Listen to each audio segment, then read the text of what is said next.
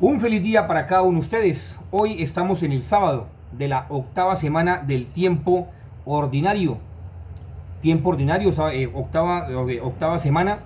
Vamos cada vez avanzando en el año litúrgico. Y al mismo tiempo, mañana tendremos un gran programa sobre la solemnidad de la Santísima Trinidad. La solemnidad de la Santísima Trinidad. Bueno, por el momento, el día de hoy vamos a ver el Evangelio de Marcos, capítulo 11, versículos 27 al 33. Es el Evangelio de Marcos. Acuérdense que sobre el siglo XII, XIII se estipularon los capítulos de los diferentes libros de la Sagrada Escritura, diferentes textos bíblicos, diferentes textos sagrados de la Sagrada Escritura, todos los libros como tal. Y Marcos, pues obviamente Marcos aparece sobre el año 56 al 65 más o menos, aparece Marcos, diferentes papiros aparecen, obviamente los van conjugando, los van uniendo para que dé la estructura de Marcos.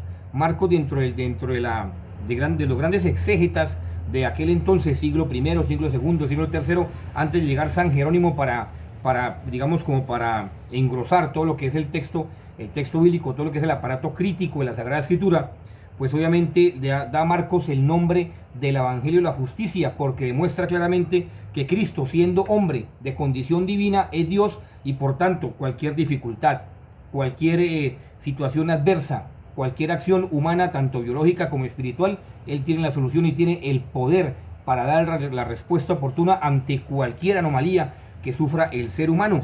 Por eso es llamado el Evangelio de la Justicia, porque obviamente demuestra la acción de Jesucristo siendo Dios, que ante el poder de Él no hay ningún otro poder que se le equipare o que se le parezca. El poder de Dios es absoluto, ténganlo en cuenta. Entonces, hoy el texto yo me quedaría con el versículo 28. Mire cómo dice el versículo 28, que pues muestra la fortaleza de Jesús, un Jesús firme, concreto, correcto, diciendo, o sea, una cosa impresionante. Mire cómo dice el versículo 28 en este fragmento en griego, traducido al griego más o menos, de un cierto paralelo, porque Marcos escribe en griego totalmente.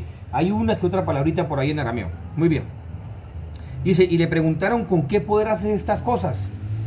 ¿Quién te ha dado este poder para hacerlas? Acuérdense que los sumos sacerdotes y los fariseos, los letrados, toda esa poca gente le tenía envidia y le tenía rencor, rabia a Jesús, pero también le tenían miedo. Si usted puede ver el video el día de ayer, se va a dar cuenta que le tenía miedo. Y lea el texto del Evangelio el día de ayer, le tenía miedo, aún también no lo dice. Le tenía miedo. ¿Por qué? Porque era Dios, porque hacía esas cosas con autoridad, cosas que ellos no podían hacer. Ante Él se sometían los demonios, se someten los demonios ante Él. Mire, aquí está la Virgencita María, la mamá de Jesús, nuestra mamá también.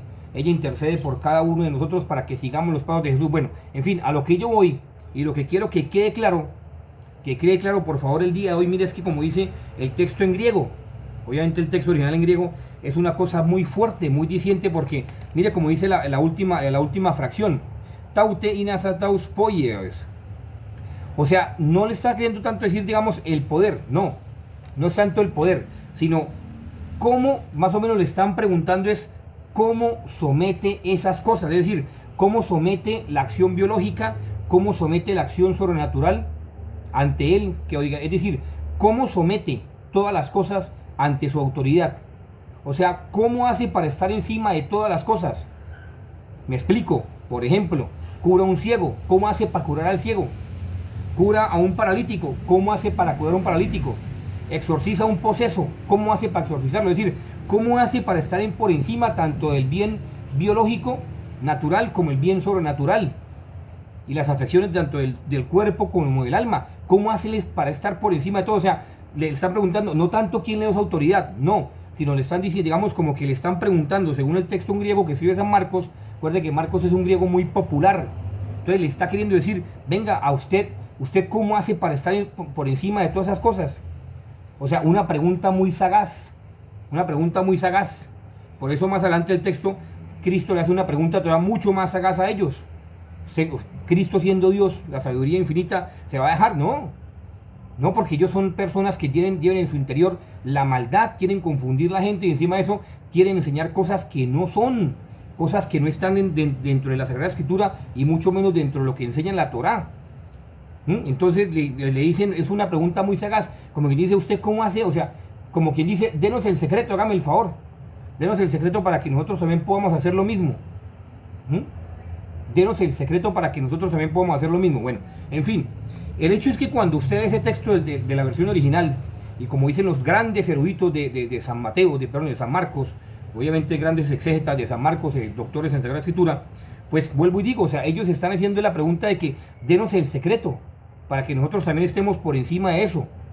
O sea, enséñenos cómo también nosotros tenemos que estar por encima de eso. Y Jesús no es ningún ignorante. Él conoce sus pensamientos, Él conoce sus sentimientos, Él conoce la maldad y la perversidad que hay en ellos. Y por eso lo grave de nosotros, que usted siga a Cristo, es que usted albergue sentimientos adversos con respecto, no tanto a la persona de Cristo, porque como dice San Juan, pues yo puedo decir que amo a Dios y detesto a mi hermano. Es ahí donde está el inconveniente. Si usted detesta al hermano, si usted no ama al hermano porque es la imagen de Cristo, si usted no ama a su hermano, indiferentemente, cualquier ambiente que usted esté, usted tiene que amar al ser humano porque es imagen de Cristo, es imagen de Dios. Y eso lo sabía muy bien el Papa Sixto IV. Él hizo una bula papal contra un señor Pedro de Osma, que a pesar de que el hombre no era protestante, porque obviamente no existían los protestantes, simplemente existían los herejes por fuera de la iglesia, pues ¿qué hace Pedro de Osma? Enseña unas barrabasadas que el Papa Sixto IV le tuvo que hacer una bula papal que se llama Licet et Qua de Nostro Mandato. Licet et Qua de Nostro Mandato, se llama esa bula papal, cerca del siglo XV. ¿Y qué hace él? Él era un magíster de la iglesia de Salamanca, o sea, un hombre muy erudito de la iglesia de Salamanca. ¿Y sabe qué enseñaba? Enseñaba lo que enseñan hoy los protestantes, que supuestamente que la confesión, que obviamente que la parte de la confesión usted la puede hacer libremente, que la confesión no depende de la iglesia, o sea, que la confesión fue una institución de la iglesia, o sea, que la confesión, o sea, el perdón de los pecados, fue una institución más de orden eclesial que de orden divino. Dígame esa herejía. ¿Quién dice eso hoy en día? A ver, ¿quién dice eso hoy en día? Pues los protestantes. Si cuando Cristo lo instituyó en la Sagrada Escritura, usted no se quede con los textos del español así tan lineales. Indague la Sagrada Escritura, estudie la Sagrada Escritura, estúdiela. Mire, como mariólogo se lo digo, vuelvo y se lo repito como mariólogo. Uno no es capaz de traducir el Ave María. Si a mí me pidieran el favor de traducir la Ave María hoy y tengo los textos originales de las Sagradas Escrituras y me piden el favor de traducirla, yo le digo qué pena, me siento imposibilitado de traducir tan majestuoso léxico. No me siento capacitado para traducirlo porque el lenguaje sería muy corto, o sea, muy pobre ante el contenido del significado de la Ave María. Como yo se lo digo, ahora imaginen los demás textos, ahora el Padre Nuestro, menos. En fin, a lo que yo voy, este señor Pedro Osma enseñaba cosas, unas barrabasadas impresionantes, o sea, una cosa tenaz. Inclusive también se atrevió a decir que el romano pontífice no tenía autoridad para perdonar los pecados del purgatorio, o sea, no dar indulgencias. Se hablaba de las indulgencias. Acuerde que la iglesia ata y desata, tiene el poder de atar y desatar, y las indulgencias son aplicadas a las almas del purgatorio también. Y él decía, no, es que es mentira. No es mentira, es verdad.